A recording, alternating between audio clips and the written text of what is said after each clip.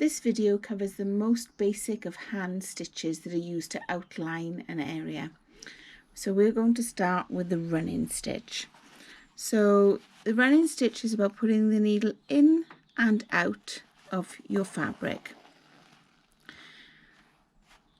You can put a knot at the end, but this is just for demonstration purposes for you. So we go in and out at regular intervals.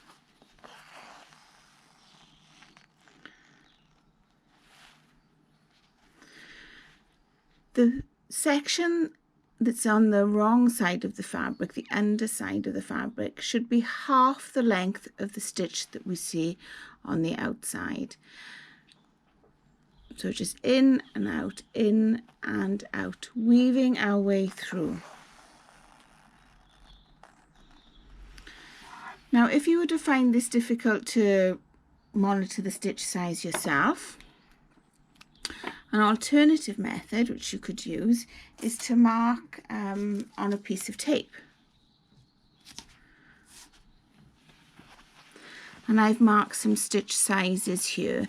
Now these are evenly spaced, but it would help with the practicing of the in and the out process. Now you can do a couple of stitches at a time, you can do one stitch at a time. So we could go in and out. But if these are marked, it is easy just to pick up those points and go in and out. You can remove the tape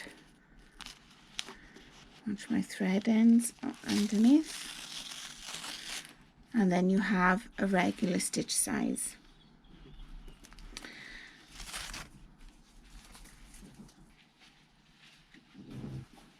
Once you have your basic running stitch, there are variations that you can apply to them.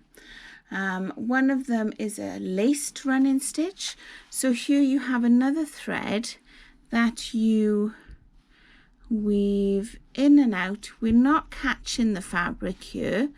We're just putting the needle under our stitch and weaving a thread through. I'm doing a contrast thread here so you can see the detail. So this is called a laced running stitch, as we're threading and weaving through another thread.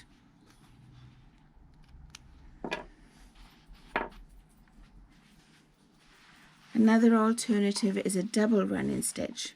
So here it is recommended that you start in the opposite direction that you began. So I'm going to turn my fabric around to make this process easier, because I'm going to go in the opposite direction.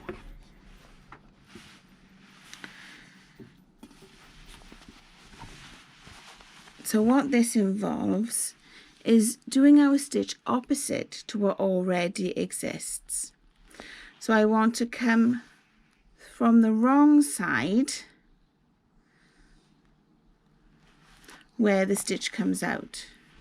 So I am creating a stitch in the gap, and my underneath is the length of the original row.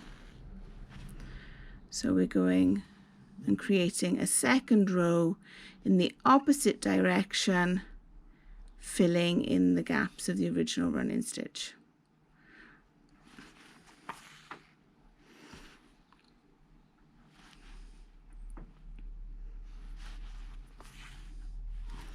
Again, you can do this in the same color thread or a contrast. I'm just doing it in a contrast so that hopefully you can see it a little bit easier. So that's a double running stitch.